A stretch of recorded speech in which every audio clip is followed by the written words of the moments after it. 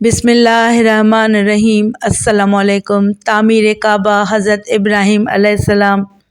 حضرت ابراہیم علیہ السلام نے جب قربانی سے فراغت پائی اور حضرت اسماعیل علیہ السلام کو بی بی ہاجرہ کے حوالے کر کے خداوند قدوس کا شکر بجا لائے اور پھر اس کے بعد حضرت سائرہ خاتون کے یہاں تشریف لے گئے، چند ہی روز گزرے تھے کہ حضرت جبرائیل علیہ السلام تشریف لائے اور حضرت ابراہیم علیہ السلام سے کہنے لگے کہ اے ابراہیم علیہ السلام، تم پر خدا تعالیٰ نے سلام بھیجا ہے اور ساتھ ہی یہ بھی فرمایا ہے کہ اس زمین میں ایک خانہ کعبہ اللہ تعالیٰ کے واسطے بناؤ تاکہ مخلوق خدا کو زیادہ سے زیادہ فائدہ پہنچ سکے۔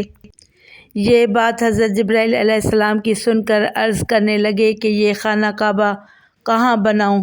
فوراً ہی اللہ تعالیٰ کا حکم ہوا کہ اے ابراہیم علیہ السلام، اونٹ پر سوار ہو جاؤ تو میرے حکم سے ایک ابر آئے گا، تم اس کے ساتھ چلتے رہنا اور وہ جہاں پر ٹھہر جائے اور سایہ اس کا جہاں تک گرے وہاں تک نشان دے کر وہیں کعبہ کی بنیاد ڈال دینا۔ چنانچہ بحکم خداوندی ایسا ہی ہوا۔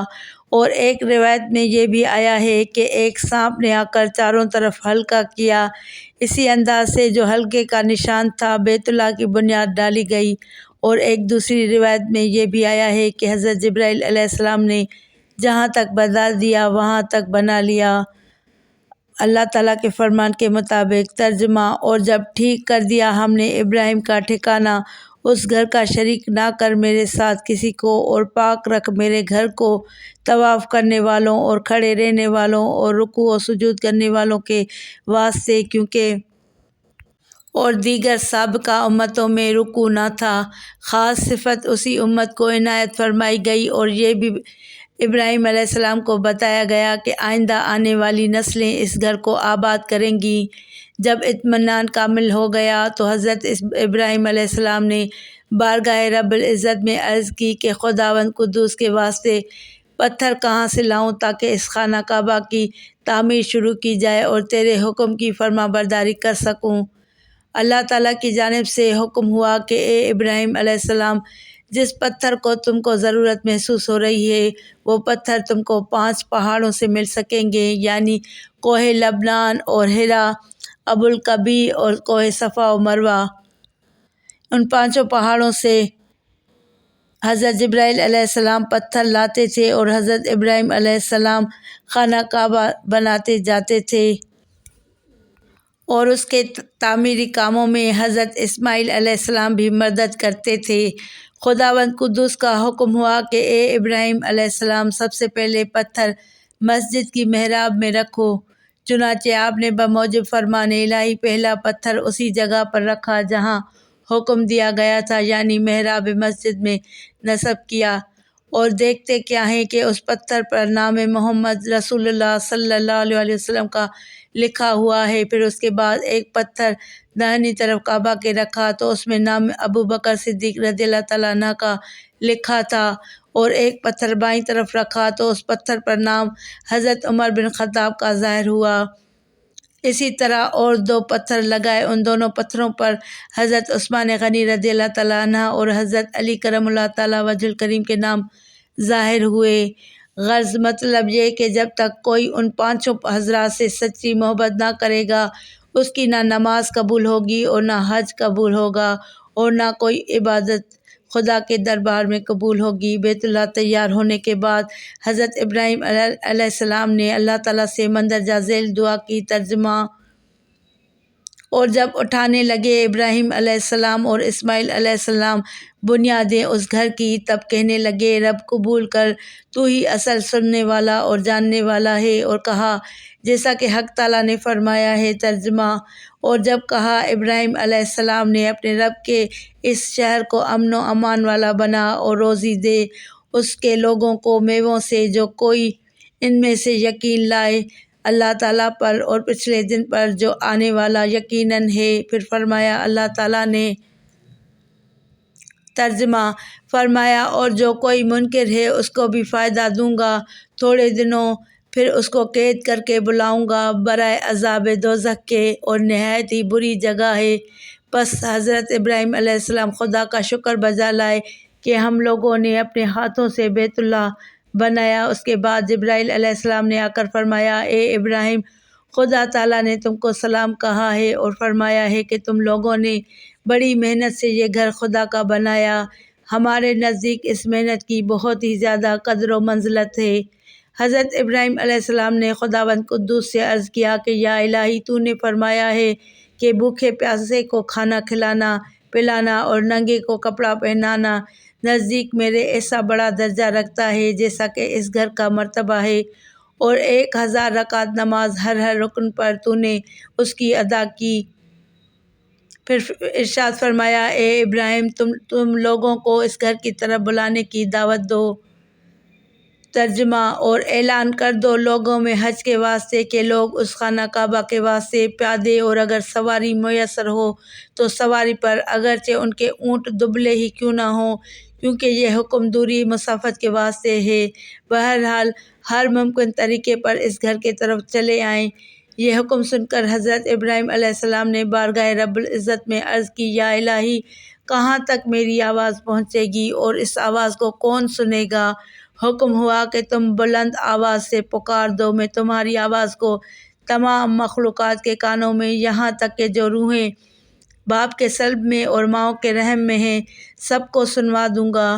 حضرت ابراہیم علیہ السلام نے بلند پہاڑ پر چڑھ کر بآواز بلند لوگوں کو اس گھر کی طرف بلانے کی دعوت دی اور کہا کہ اے لوگو، تم پر اللہ تعالیٰ نے حج فرض کیا ہے، لہٰذا ہر شخص کو اس میں حج کے واسطے آنا ضروری ہے۔ چنانچہ جن کی قسمت میں حج تھا، ایک بار، 2 بار یا زیادہ، اپنے شوق سے باپ کی پشت اور ماں کے رحم میں لبیک کہا۔ حضرت نے کسی کو نہ دیکھا اور چاروں طرف سے آواز آئی، لبیک اللہم لبیک لا شریک لک لبیک ان الحمد والنعمت لک والملک لا شریک لک یا سیدی و مولائی۔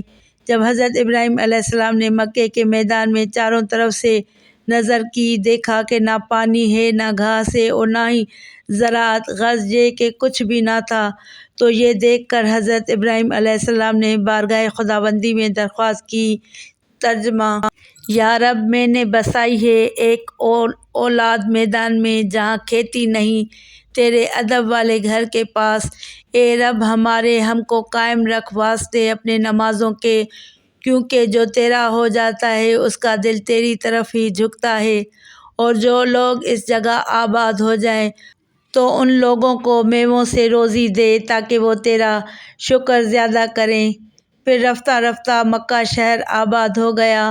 اللہ تعالیٰ نے زمزم کا چشمہ نکالا، اس وجہ سے اور زیادہ جلد اس جگہ پر لوگ آباد ہو گئے، کیونکہ یہ زمین کھیتی اور میوے کے درختوں کے واسطے موزوں نہ تھی۔ اسی کے نزدیک ایک زمین طائف تھی، اس زمین کو زرخیز و سرسبز و شاداب کر دیا تاکہ بہتر میوے وہاں پر ہوں اور شہر مکہ مکرمہ میں وہاں سے پہنچے۔ بعد اس کے خدا کے حکم سے حضرت جبرائیل علیہ السلام نے 36 کوس تک زمین مکے کی، جو کہ سنگریزے سے بھری ہوئی تھی، اسے کھود کر ملک شام میں لے جا کر رکھ دی، اور اس کے عوض میں دریائے نیل کی زمین مکے میں لا کر رکھ دی، اور فرشتے سب اس زمین کے گرد کعبے کے 7 دفعہ طواف کرتے رہے، اور اس جگہ سے کہ جہاں سے حضرت جبرائیل علیہ السلام نے مٹی کھود کر ملک شام میں پھینکی تھی، لے جا کر اس کا نام طائف رکھا، اس واسطے کہ 7 دفعہ گرد بیت اللہ کے طواف کیا تھا۔ اب ہر طرح کے میوہ جات طائف میں پیدا ہوتے ہیں۔ اس کے بعد حضرت ابراہیم علیہ السلام نے ملک شام میں جا کر رہائش اختیار کر لی، کیونکہ خدا تعالیٰ نے فرمایا تھا کہ خانہ کعبہ خراب نہ ہوگا، آباد رہے گا۔ اسی واسطے حضرت ابراہیم علیہ السلام نے مہمان سرائے بنائی اور عہد کیا کہ بغیر مہمان کے میں کھانا نہ کھاؤں گا۔ حضرت ابراہیم علیہ السلام ایک عرصے تک وہاں عبادت کرتے رہے اور مسافروں کی مہمانداری کرتے رہے۔ کچھ عرصہ گزر جانے کے بعد ایک دن حضرت اسرائیل علیہ السلام آدمی کی صورت بن کر آپ کے پاس آئے۔ حضرت ابراہیم علیہ السلام نے پوچھا، تم کون ہو اور کہاں سے آئے ہو؟ انہوں نے کہا کہ میں اسرائیل ہوں۔ حضرت ابراہیم علیہ السلام نے یہ سن کر اسرائیل علیہ السلام سے کہا، تم میری ملاقات کو آئے ہو یا جان قبض کرنے کو؟ انہوں نے کہا کہ میں آپ کی ملاقات کو آیا ہوں اور آپ کو ایک خوشخبری دیتا ہوں کہ خدا تعالیٰ نے اپنے ایک بندے کو دوست کہا ہے۔ حضرت ابراہیم علیہ السلام نے فرمایا کہ وہ کون ہے اور اس کی علامت کیا ہے؟ حضرت ملک الموت نے کہا کہ اس کی علامت یہ ہے کہ وہ مردے کو زندہ کر سکتا ہے۔ حضرت ابراہیم علیہ السلام نے کہا کہ کاش میں ویسا ہی ہوتا یا اسے دیکھتا تو میں اس کے ساتھ دوستی کرتا۔ اس کے بعد اسرائیل علیہ السلام غائب ہو گئے۔ ایک روایت میں ہے کہ جب حضرت ابراہیم علیہ السلام تلاوت کرتے یا عبادت کرتے تو آپ کی آواز ایک کوس تک جاتی اور اس آواز کو جو سنتا وہ کہتا کہ یہ آواز تو حضرت خلیل اللہ علیہ السلام کی معلوم ہوتی ہے اور وہ اپنے خدا کی عبادت کر رہے ہیں۔ ایک دن آپ نے تمنا کی، اے خداوند، تو مردے کو کس طرح زندہ کرتا ہے؟ اگر یہ چیز تو مجھے آنکھوں سے دکھا دے تو بہت ہی اچھا ہو۔ بس خدا کی درگاہ میں عرض کی۔ ترجمہ: اور جب کہا حضرت ابراہیم علیہ السلام نے، اے رب دکھا مجھ کو کہ کیوں کر جلاتا ہے تو مردے کو؟ اللہ تعالیٰ نے فرمایا۔ ترجمہ: کہا کیا تو نے یقین نہیں کیا؟ تو فوراً ہی حضرت ابراہیم علیہ السلام نے گزارش کی۔ ترجمہ: کہا حق ہے فرمانا تیرا، مگر اس واسطے کہ تسکین ہو میرے دل کو۔ باری تعالیٰ نے فرمایا۔ ترجمہ: فرمایا کہ تم پکڑو 4 جانور اڑنے والے، بس ان کو اپنے سے مانوس کر کے بلا لو، پھر ان کے ٹکڑے کر ڈالو اور پھر ان ٹکڑوں کو مختلف پہاڑوں پر ڈال دو، پھر تم ان کو بلاؤ، وہ تمہاری آواز پر اپنے اپنے جسم کی طرف ہر ٹکڑا آئے گا اور وہ میرے حکم سے اپنی پہلی حالت پر آ جائیں گے اور سب کے سب زندہ ہو جائیں گے۔ اور یہ اچھی طرح سے جان لو کہ اللہ تعالیٰ زبردست حکمت والا ہے۔ بحکم الہی حضرت ابراہیم علیہ السلام جانور لائے۔ ایک ان میں طاؤس تھا، دوسرا مرغ اور تیسرا کوا اور چوتھا ان میں ایک کبوتر تھا۔ ان کو انہوں نے پالا اور اچھی طرح سے اپنے سے ہلایا۔ جب ان کو اطمینان ہو گیا کہ یہ ہم سے اچھی طرح مانوس ہو چکے ہیں اور ان کو پہچان بھی لیا تاکہ بھول نہ ہونے پائے، پھر ایک دن ان سب کو ذبح کر ڈالا اور اس کی تقسیم اس طرح سے کی کہ ایک پہاڑ پر ان 4 جانوروں کے سر رکھے اور ایک پر پاؤں اور ایک پر دھڑ اور ایک پر ان کے تمام بالوں کو رکھا، اور اپنے دل میں اطمینان بھی کر لیا کہ خداوند قدوس کی قدرت کے مناظر دیکھیں گے۔ پھر انہوں نے بیچوں بیچ کھڑے ہو کر ایک جانور کو پکارا تو اس کا سر اٹھ کر ہوا میں کھڑا ہوا، پھر کچھ دیر میں دھڑ اس سے آ کر مل گیا، پھر پاؤں ملے، پھر آخر میں پر آ کر مل گئے، اور جب وہ اپنی پہلی اصلی حالت میں آ گیا تو وہ دوڑتا ہوا چلا آیا۔ اسی طرح 4 جانور باری باری درست ہوتے گئے اور اپنے اپنے اعضاء سے مل کر صحیح سالم اپنی اصلی حالت پر اڑتے ہوئے حاضر ہو گئے۔ پھر فرمایا اللہ تعالیٰ نے ابراہیم علیہ السلام 4 جانور پکڑ، مرغ، طاؤس، کوا اور گدھ۔ بعض نے کبوتر کہا ہے، پس ان دونوں میں مورخین کا اختلاف ہے۔ سوال: اس کا کیا سبب ہے کہ اللہ تعالیٰ نے 4 جانوروں کو مرغ فرمایا اور دوسرے جانور کا ذکر نہیں کیا؟ جواب: مرغ ان 4 جانوروں پر فضیلت رکھتا ہے اور دوسرے جانور اتنی فضیلت نہیں رکھتے ہیں۔ مرغ ذبح کرنے کو اس وجہ سے کہا کہ شہوت میں اس سے زیادہ کوئی جانور نہیں، ایسا تو بھی اپنی شہوت کو ترک کر، اور مور کو اس واسطے کہ اس کے برابر زیبا دنیا میں کوئی جانور نہیں، لہٰذا ایسا ہی تو بھی اپنی زینت کو اور آرائش دنیا کو چھوڑ دے، اور کوے کو اس لیے کہ اس کے برابر کوئی حریص دنیا میں نہیں، تو بھی ایسا حرص دنیا کو چھوڑ دے، اور گدھ کو اس واسطے کہ اس کی عمر 500 برس سے زیادہ بھی ہوتی ہے لیکن آخر کار کو موت ہے، لہٰذا تو بھی اپنی موت کو زندگی پر ترجیح دے، اور یہ عارضی زندگی پر امید دراز عمر مت کرو اور اپنی موت کو ہمیشہ یاد رکھو تاکہ دنیا کے مشاغل سے بچتے رہو۔ تب حضرت ابراہیم علیہ السلام نے اللہ تعالیٰ کے حکم سے ان 4 جانوروں کو ذبح کر کے گوشت اور پوست اور ہڈی اور رگ و ہاون دستے میں کوٹا اور 4 گولیاں بنا کر چاروں طرف ڈال دیں اور 4 جانوروں کا سر اپنے ہاتھ میں لے کر ہلایا کہ اے فلاں فلاں جانور، اللہ تعالیٰ کے حکم سے آؤ اور اپنی پہلی اصلی حالت پر ہو جاؤ۔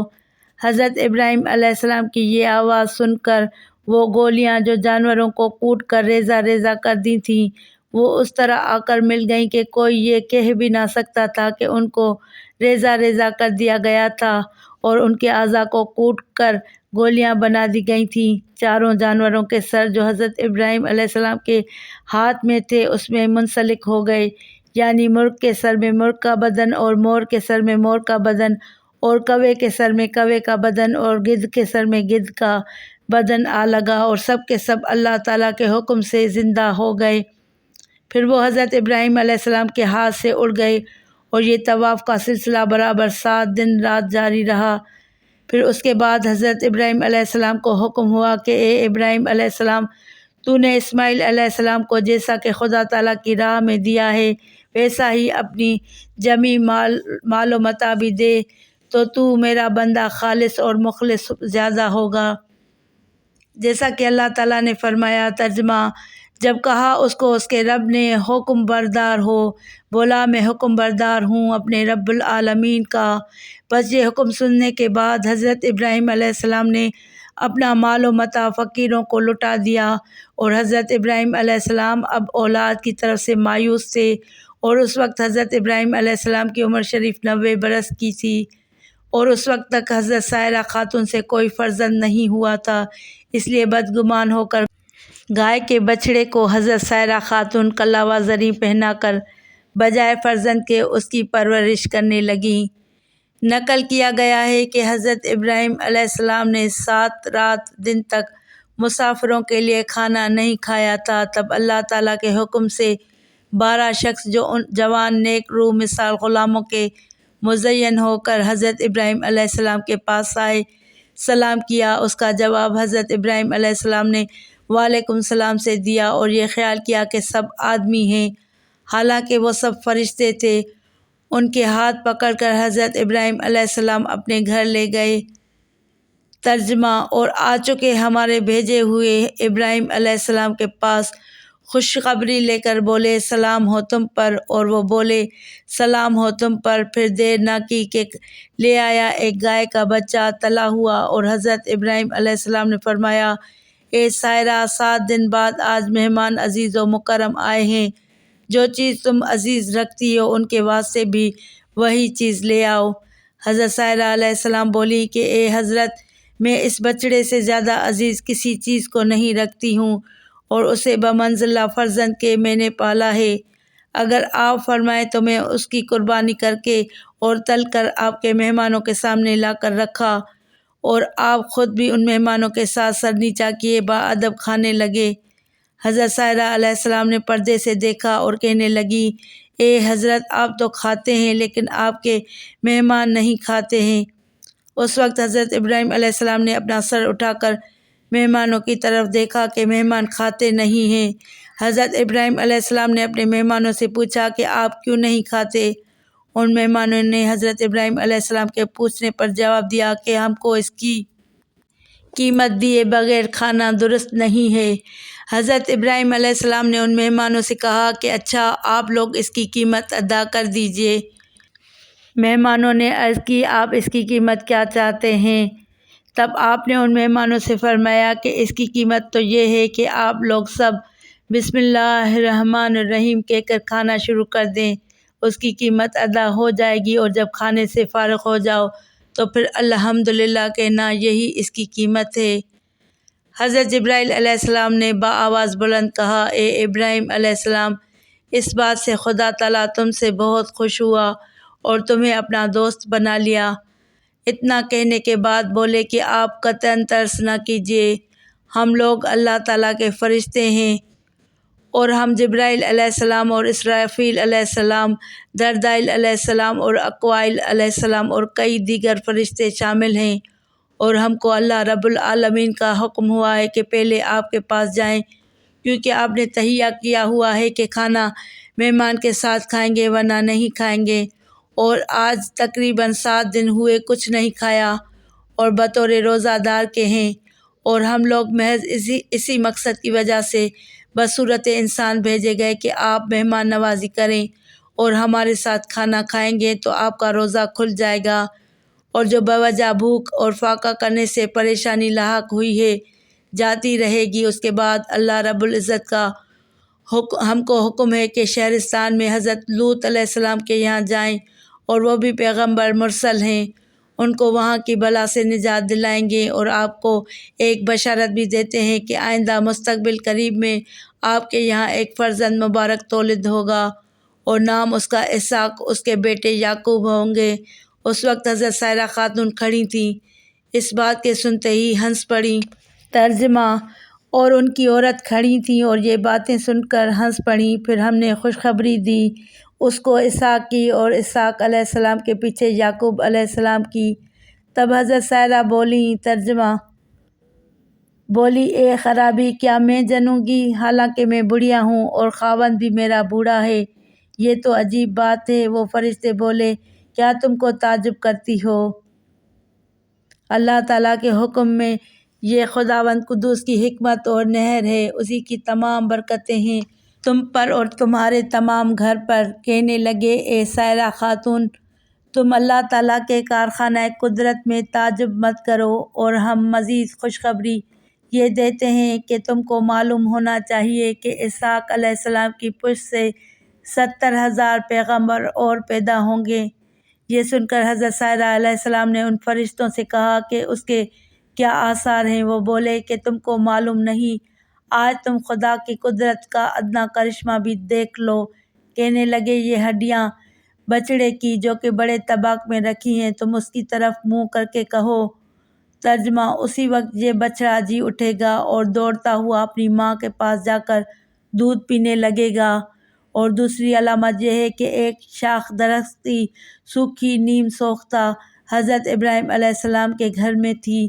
حضرت جبرائیل علیہ السلام نے اپنا ہاتھ اس پر ملا، فی الفور وہ سوکھی ہوئی درخت کی شاخ سرسبز ہو گئی، اور اس میں ہری ہری پتیاں بھی لگ گئیں اور پھل بھی لگا۔ پھر پختہ ہوا، تب حضرت سائرہ علیہ السلام کو دیا تو انہوں نے اس کو کھایا۔ بعد ازاں حضرت سائرہ خاتون علیہ السلام سے حضرت جبرائیل علیہ السلام کہنے لگے کہ تم نے خداوند قدوس کی قدرت کاملہ دیکھی کہ کتنے دن کی سوکھی لکڑی سبز ہو گئی، اور اس کے پھل تم نے کھا بھی لیا، تو کیا یہ اللہ رب العزت کی قدرت سے بعید ہے کہ وہ تم کو ایسے وقت میں ایک نیک فرزند، ارجمند، نیک صالح اور پیغمبر عطا فرمائے گا جس کا نام اسحاق ہوگا، اور ان کے بیٹے یعقوب علیہ السلام ہوں گے، جن کی پشت سے ہزاروں انبیاء پیدا ہوں گے، اور رب العزت کی وحدانیت اور الوہیت کا چرچا چار دانگے عالم میں تسلیم کیا جائے گا، تاکہ مخلوق خدا اپنے حقیقی معبود کو پہچان سکے اور دنیا کے معبودان باطل سے منہ موڑ لے۔ بس میں اسی پر اکتفا کرتا ہوں۔ ویڈیو کو لائک کر کے چینل کو سبسکرائب کریں اور گھنٹی کے نشان کو دبائیں تاکہ میری آنے والی ہر نئی ویڈیو کا نوٹیفیکیشن آپ کو سب سے پہلے ملے۔